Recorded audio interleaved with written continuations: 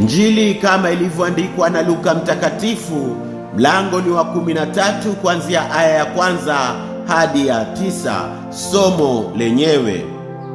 Na wakati huo huo walikuwapo watu waliompasha habari ya Wagalilaya wale ambao Pilato aliwachanganya damu yao na dhabihu zao. Akajibu akiambiwa, je, mwadhani ya kwamba Wagalilaya hao walikuwa wenye dhambi kuliko Wagalilaya wote hata wakapatwa na mambo yote? Nawaambia sivyo, lakini msipotubu ninyi nyote mtaangamia vivyo hivyo.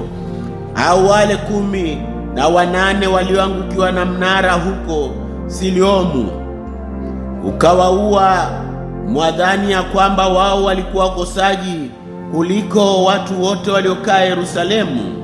Nawaambia sivyo, lakini msipotubu ninyi nyote mtaangamia vivyo hivyo. Akanena mfano huu: mtu mmoja alikuwa na mtini umepandwa katikati ya shamba lake la mizabibu. Akaenda akatafuta matunda juu yake asipate.